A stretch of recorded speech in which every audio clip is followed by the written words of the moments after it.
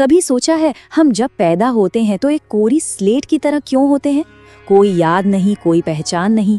ये एक ऐसा सवाल है जो हम सब ने कभी न कभी सोचा होगा, पर मजा तब आता है जब हमारे प्राचीन हिंदू धर्म ग्रंथ इसका एक चौंकाने वाला जवाब देते हैं।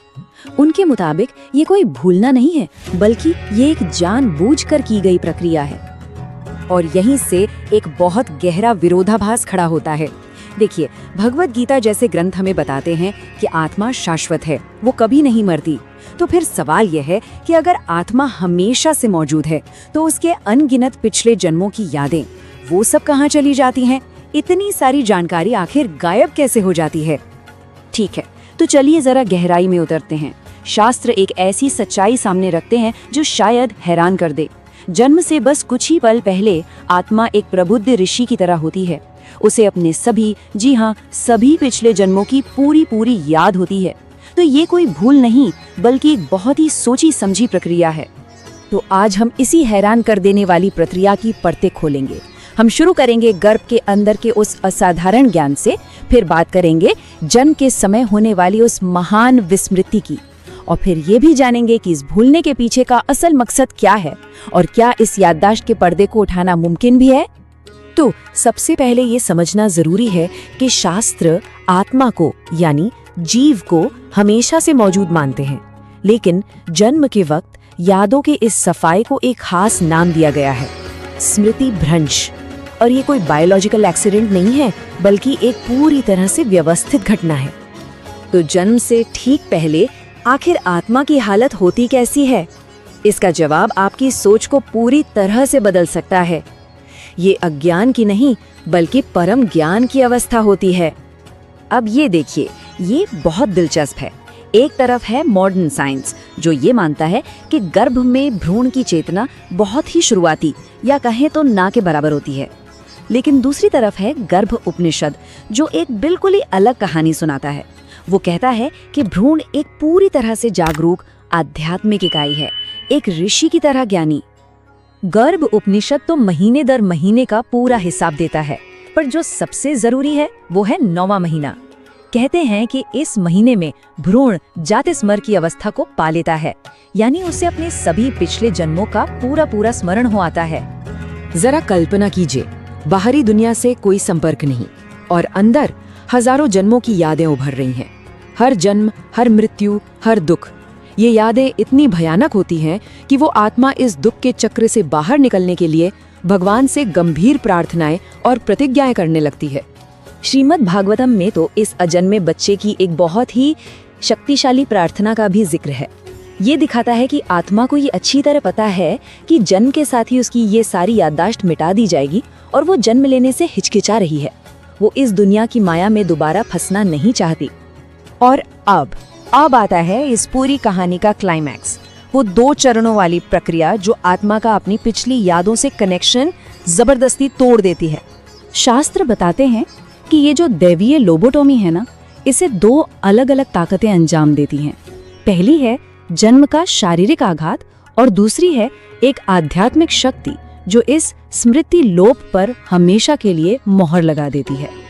पहला एजेंट है सुति वायु, और इसे कोई हल्की फुल्की हवा मत समझिए। श्रीमद् भागवतम कहता है कि ये एक प्रचंड हिंसक शक्ति है जो बच्चे को जबरदस्ती सिर के बल जन्म की नली से बाहर धकेलती है। जन्म की इस प्रक्रिया का दर्द और दबाव इतना ज्यादा होता है, और कुछ पलों के लिए जो सांस तक रुक जाती है, उसे निरुच्छ्वास कहा गया है। इस असहनीय पीड़ा की वजह से चेतना अपनी यादों तक पहुंचने का रास्ता ही बंद कर देती है। इसी अवस्था को कहते हैं हतस्मृति, यानी स्मृति का मारा जाना। दूसरा जो एजेंट है वो फिजिकल नहीं, बल्कि स्पिरिचुअल है। जैसे ही बच्चा पैदा होता है, वैष्णवी माया नाम की एक शक्ति उसे छू लेती है। ये एक तरह के स्पिरिचुअल एनेस्थीसिया जैसा है, जो उस स्मृति लोप पर आखिरी मुहर लगा देती है और आत्मा को ये मानने पर मजबूर कर देती है कि मैं ये शरीर हूँ, न कि मैं एक आत्मा हूँ। और ये बात कितनी कमाल की है कि ये सब कोई एक्सीडेंट नहीं है।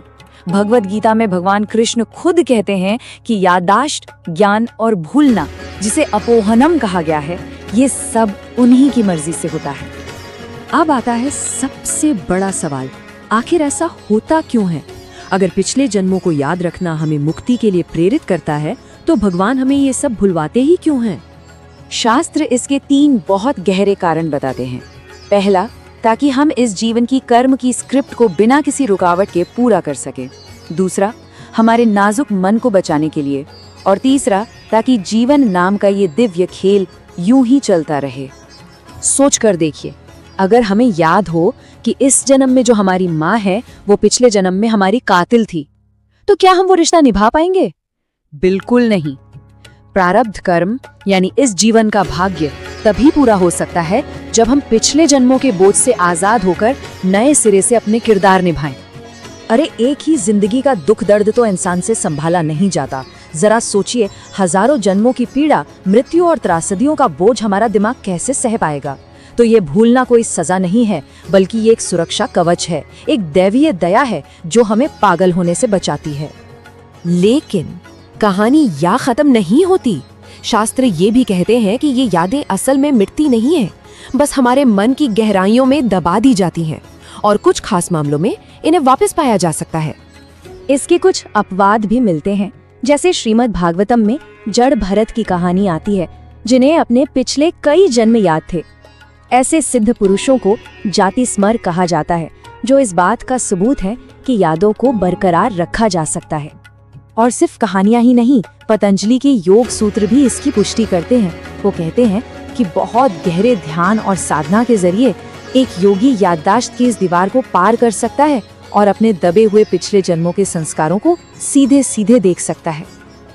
तो चलिए इस विचार के साथ इस चर्चा को खत्म करते हैं कि अगर हमारी यादें मिटाई नहीं गई हैं, बल्कि सिर्फ एक ताले में बंद कर दी गई हैं, तो शायद इस जीवन का असली मकसद उस ताले को खोलने वाली सही चाबी को खोजना ही है। अगर आपको इस ज्ञान की गहराइयों में उतरना अच्छा लगा, तो पॉकेट पेजेस ऑडियो को सब्सक्राइब करें। हम साथ मिलकर ऐसे ही और भी ज्ञान के तालों को खोलेंगे और आकर्षक विषयों में गहरी डुबकी लगाएंगे।